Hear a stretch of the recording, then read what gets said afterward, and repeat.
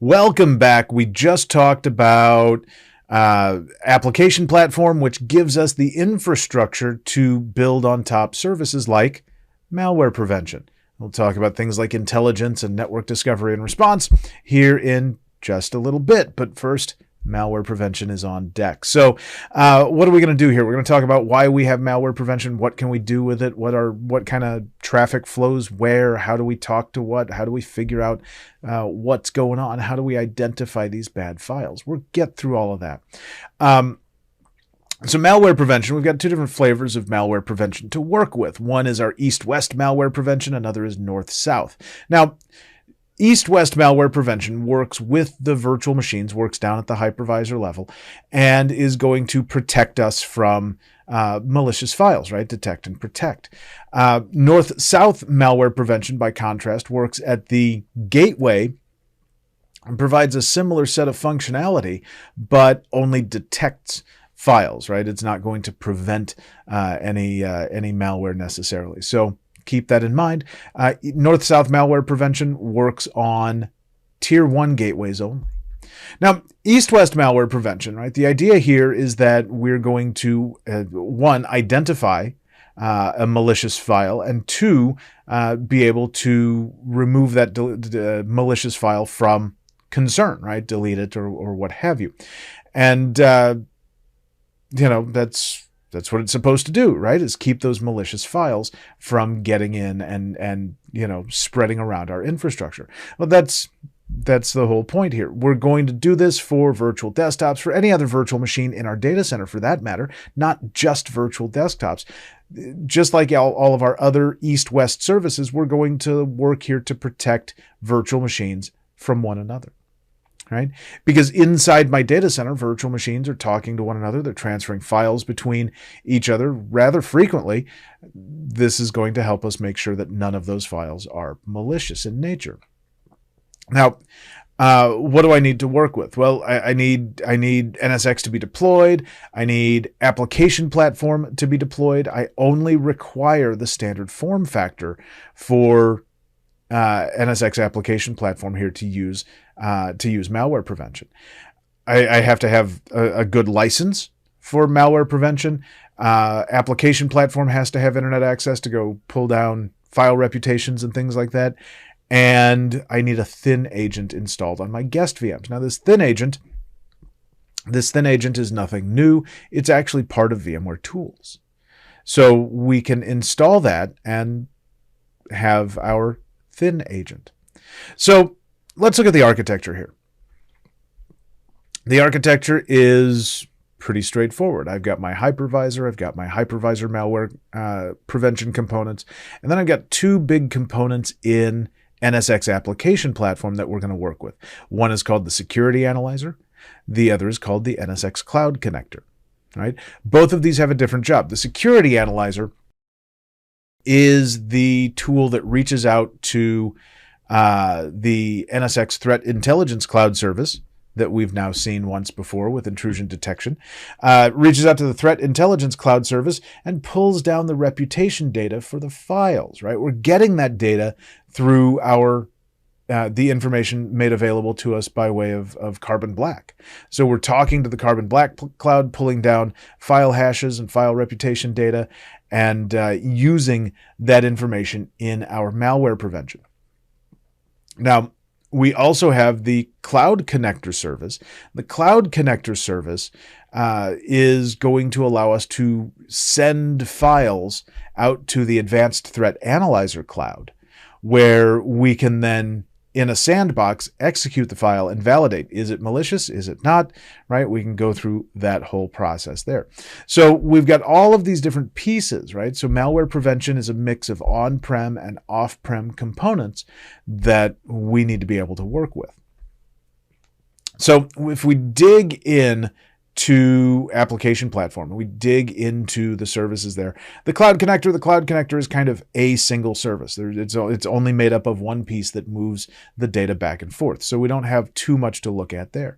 The Security Analyzer service, by contrast, is made up of a number of different components, some of which are malware prevention specific, some of which are part of the standard application platform services like the messaging pod or the configuration database pod. Those are simply part of application platform. So those are going to be there. Those are shared services. The ASDS backend and the reputation service, those work together to make sure we have information about the files. So the reputation service is the piece that actually reaches out to the threat intelligence cloud and pulls down the file reputations.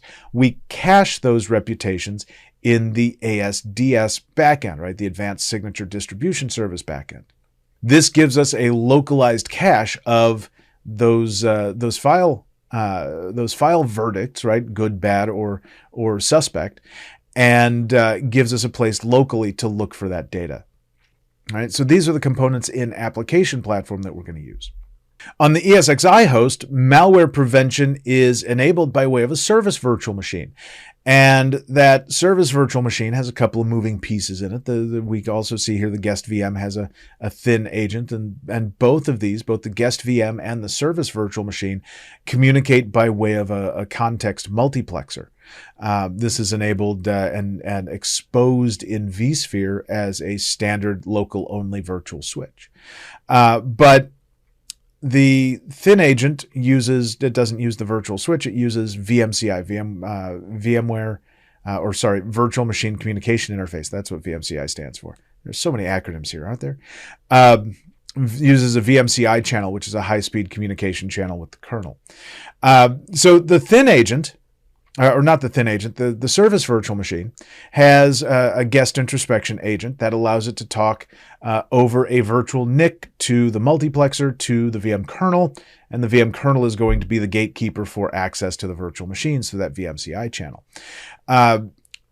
Inside the service virtual machine, the guest introspection agent, when it receives a piece of potential malware, a file to be checked if nothing else, we'll send that data to the security hub. The security hub works with the ASDS cache. It works with the rapid service, the Rapid API for detection is what that stands for file analysis. It works with these things to kind of make sure that everything is okay, or, hey, this is a bad file, maybe this is a suspicious file, and so on. So how does this all come together? Well, when a file is detected by the thin agent and sent to the multiplexer,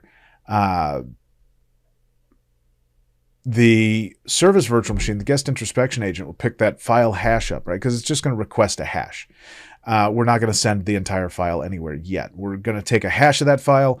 We're going to send that to the security hub. The security hub then starts its process. The first part of its process is the ASDS cache, right? So we're going to look at that cache. Do we have a local verdict for this file? Is it benign? Is it malicious? Is it suspicious? Those are the official verdicts. If we have a response there, if we have something cached because we've seen this file before, great. Process is done. The verdict is returned to the security hub. The security hub will act on it as appropriate, right? Leave the file alone, delete the file, send the file for further inspection, perhaps, whatever it is. But what if, right? What if we haven't warmed up this cache to this file yet? In other words, we have a cache miss. If we have a cache miss, then the ASDS cache is going to reach out to the ASDS backend and application platform, right? That should be populated at this point with all of the reputations of all the different files that we know about. So the application or the ASDS backend will return a verdict or not, because how many files are there? How many different possible file hashes are there? It's entirely plausible that we have an application services or a signature discovery miss. So if we get a verdict from the ASDS backend, great. We're going to return that to the security hub and act accordingly. If we don't, if it's a brand new file that we haven't seen yet and we need to validate, then we're going to pull the full file from the thin agent to the service virtual machine. We're going to send that entire file through the security hub to the rapid service. There, we're going to do some static analysis of the file. We're going to look at the file. We're going to check file structures, check for, data sets. We know what different file types are supposed to look like structurally speaking. All files have a certain framework that they fit in. We'll be able to look for, known URLs and things like that. There's lots of stuff we can look for without executing the file. And then if the security profile tells us to do so, we'll go ahead and send the file from the rapid service on the guest virtual machine, or the service virtual machine rather, to the Cloud Connector on application platform.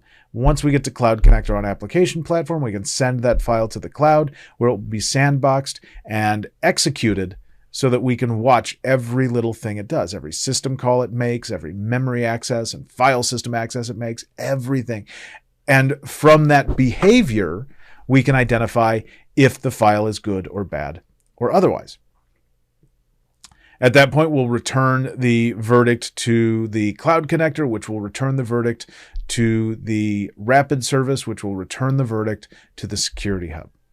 At this point, the Security Hub will send a payload through the messaging pod. We'll update the configuration database. We'll update the ASDS backend. We'll update all of the other ASDS caches, and we'll send a message to NSX Manager so that we can then view this file activity. So how do we turn this on to get all of this amazing packet flow work? We come into System, we go into Application Platform, and below our overview of everything, we've got our tiles for our services. We find the tile that says NSX Malware Prevention, and we click it. We click to turn it on, where we're going to then be presented with a choice. A choice for cloud region. Which cloud are we going to use, right? Which advanced threat analyzer cloud are we selecting? That's really what's going on here. Which threat analyzer cloud are we going to choose? We have one in a United States region, one in an EMEA region. You're going to have to choose. And this is a one-time choice. We select that. We run our pre-checks just like we did before we launched application platform. We want to do some validation. And then once the pre-checks are run, the activate button in the lower right corner lights up, and off we go. Right? When it's all said and done, we can see that our Cloud Connector is up and that we have a version, right? Malware Prevention is up and ready to go, but we're not ready to use this yet. Now we have to go and register the service, right? What we're doing here is the same kind of thing we do with third-party guest introspection services, except there's no page to do this, right? We have to run an API call to tell NSX Manager where the service virtual machine virtual appliance is. And you can do that, or rather you can host that on any web server. It's okay. But we have to tell NSX Manager where that service virtual machine lives, because we're going to have to use that here in a minute to deploy. So we'll see that in our catalog. So if we go to our system under service deployments, we'll see our service virtual machine, our malware prevention under service deployments in our catalog. And then we can come in and under the deployment tab, select malware prevention and start deploying, right? What we're doing here is we're going to prepare cluster by cluster. Wherever we want malware prevention to be active, we will have to prepare that cluster, meaning that we're going to come in here and add a deployment and specify the cluster that we want to prepare, the data store we want to use, the management network, right? What size of service virtual machine we're going to have, and so on. And this is going to work with vCenter to deploy that service virtual machine on all of the relevant hypervisors. Once that's all said and done, from the Service Instances tab, we can come in here and look and see all of the different service virtual machines. We naturally want the service or the status to be up and good and green, and everything should be happy there. Now, we can also validate these things from vCenter. I can go in and look at vCenter. All of my service virtual machines are going to be placed into a folder called, or not a folder, a resource pool called ESX agents. And that's going to show me all of the service virtual machines. I can look at them. I can see the IP addresses we're going to use for management, for our multiplexer, for the rapid service, right? We can go and look at the virtual NICs. Notice we only have 2 virtual NICs and 3 IP addresses. So that's an interesting thing to think about. The rapid service may have to communicate outside of NSX, so that should be on the management interface. Then we have to build profiles. Where have we seen profiles before? We've seen profiles with the IDS IPS, and we're going to configure our malware prevention profiles almost in the same spot. We're going to come into system and then IDS IPS, or not system, security, and IDS IPS and malware prevention, and go to our profiles tab. And under that, instead of the IDS IPS profiles, we're going to look at the malware prevention profiles. And this is where we choose the file types we want to be aware of. And optionally, do we want to send these to the Advanced Threat Analyzer Cloud for advanced dynamic scanning, right? Where we actually sandbox and execute the file. So I'm going to create as many malware prevention profiles as I need, right, to scan whatever types of files that I might want. I can select them all just like we have here. So how you configure this, it's up to you.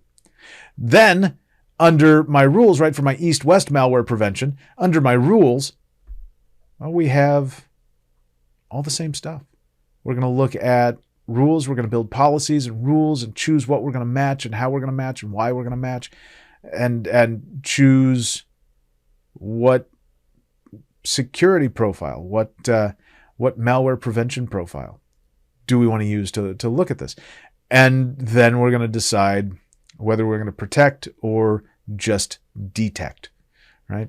So here it's just another rule and another policy with a security profile. Now, north-south malware prevention does essentially the same thing, except it doesn't prevent. It'll simply detect files at the perimeter at a tier 1 gateway. Now, we're going to use it for a lot of the same reasons, right? We want to know if there's malware coming into our environment, to see what's going on, to have that visibility at the perimeter, at an edge, at a tier 1 gateway, right? But this is a tier 1 gateway thing.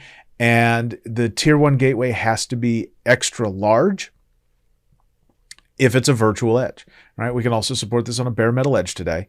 But if it's on a virtual edge, the edge must be extra large, right? All of the rest of the requirements are exactly the same as we just talked about for east-west. The architecture, doesn't this architecture look similar? Right? Except instead of an ESXi host, I have an edge node. All of the other pieces here, the Threat Intelligence Cloud, the Advanced Threat Analyzer Cloud, the Cloud Connector, the Security Analyzer, these are all the same tools that we just looked at for east-west malware prevention. The components, right? We don't worry about here the application platform components, because those are exactly the same. We do have a little bit of difference in the edge because we're using, instead of a service virtual machine, we're looking at data streams with the IDS IPS engine. Right? That's how we're identifying the files and grabbing the files and the file hash is through the IDS IPS engine. But if we look below that, the Security Hub, the ASDS cache, the rapid service, those are all the same as what we saw on the service virtual machine on the guest VM. So the packet flow is basically the same, right? The IDS IPS service will identify a file. It'll pull that file out of the data stream.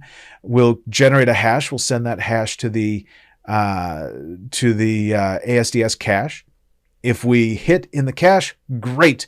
We'll send our response to the Security Hub and move on.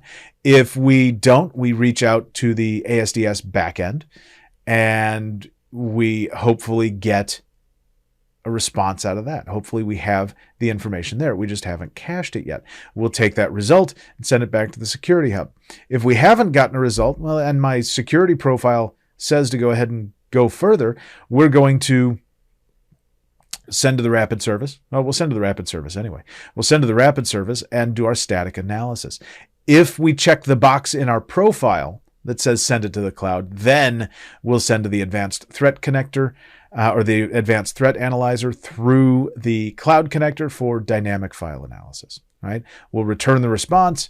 Based on that response, we will update the security hub, update the ASDS cache, update the messaging pod, send data back to NSX Manager, right? Same packet flow as we saw with East-West, essentially. To enable this, I need to turn this on. I go into my shared settings in IDS, IPS, and malware prevention. I simply toggle the switch on a tier 1 gateway by tier 1 gateway basis. And then I create my profiles, just the same as I did in my East-West configuration, right? So I create my profiles, I build my rules, I build my policies. It's all the same. It's all the same. The difference here is I do have a gateway rules tab instead of a distributed rules tab that I'm going to use. So I go to my gateway rules, and this is where my gateway IDS, IPS, and malware prevention rules are going to be. And you know, this is what we're going to look at. We're going to create our rules. We're going to select our malware prevention profile. Remember, on our gateway, we only have a detect option.